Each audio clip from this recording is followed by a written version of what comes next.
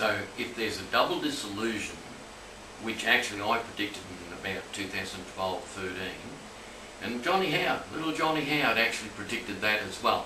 About 6 months ago I saw him on one of the television shows, and he said if there's a double dissolution there'll be a flood of independents, especially into the Senate.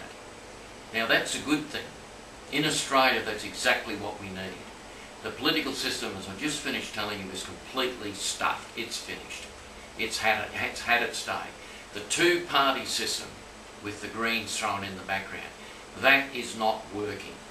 It hasn't been working since Johnny Howard's era and Costello. It's a joke, full stop. So what will happen this year? Well, if you go onto my website, www.fitforchristministries.com, that's sort of got a bit more the spiritual perspectives rather than just the global financial perspectives, but they do intermesh a little bit. I actually have given a prophecy of what will happen to Australia. Now in this third part of the discussion that I'm presenting, I will talk about that as an overview. Now when you look at Bob Katter's address to his fellow Australians about, which is on my website, No More BS, healeysnomorebs.com, and you actually read the letter that Bob Katter put out this month, May 2016, and he says, quote, that Australia is in the worst financial position of all time in its history. Australia is in the worst financial position of all time in its history. Now you read his letter very carefully, and Bob's really good. He's been in politics a long time, since the Bjelke-Petersen era. He's been in politics a long time, and he does know his facts. He's got it right. He's got it in perspective, and he hasn't got any, what would I say? Hasn't got any large party obligations. In other words, he isn't a clone of one of the two-party systems that have to say what they tell him to say. So he's got an independent mind, which is what an Australian's supposed to have. You know, you're supposed to have independent mind and be able to talk about things without being politically correct, freedom of speech and all the rest of it. Anyway, that's a whole different area, won't go down there. So, where are we at now? What will happen this year? What is the solutions? There's a few solutions, and I've put that on healeysnomorebs.com so you can read that. One of the solutions is small business is the engine room of an economy. Now, either side of politics have done nothing significant for small business in 40 years. Nothing. Little things. Nothing major. What I'm suggesting is this, and it makes sense. Number one, get rid of provisional tax. Just get rid of it. It's a double tax. Why do we need it? Gives the government cash flow, takes it away from the small business person so they can't employ people and expand their business. Number two, tax-free threshold for small business. I said small, which means under 20 employees.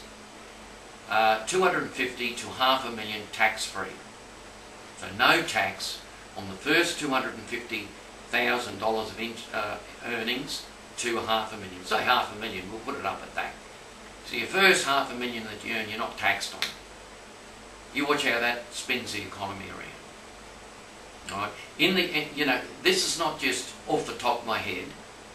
You know, I study the global experts in the economy, the ones that I've named on my website, nomorebs.com, and I know what they're talking about. In the US, you see what's happening in the US.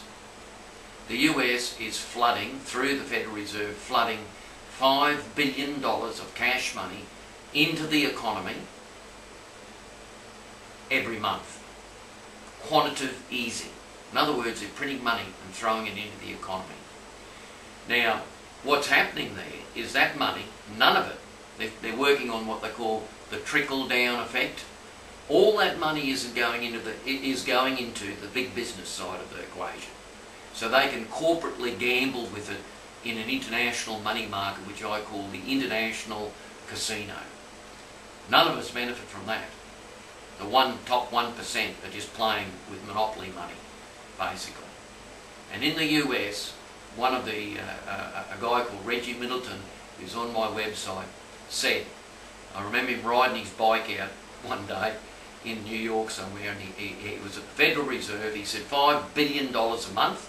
Where is that money going? Question mark, he said. They panned the camera across the road. It was JP Morgan. It was going from one building to the other, another global bank.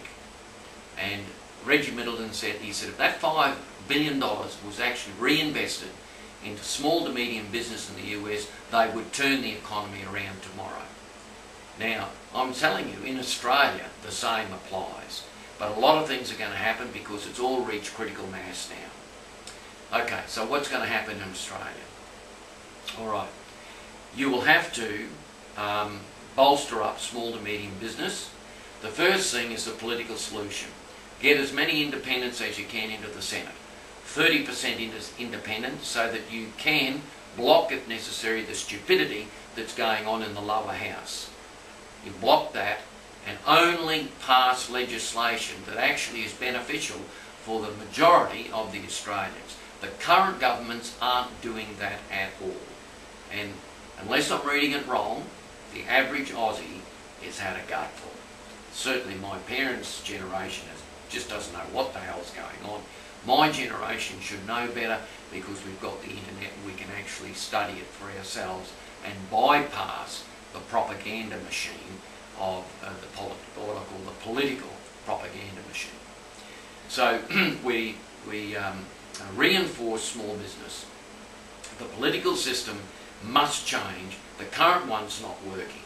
So what will happen with the political system? I'll give you a little bit of my prophecy that's on healingsfitforchrist.com.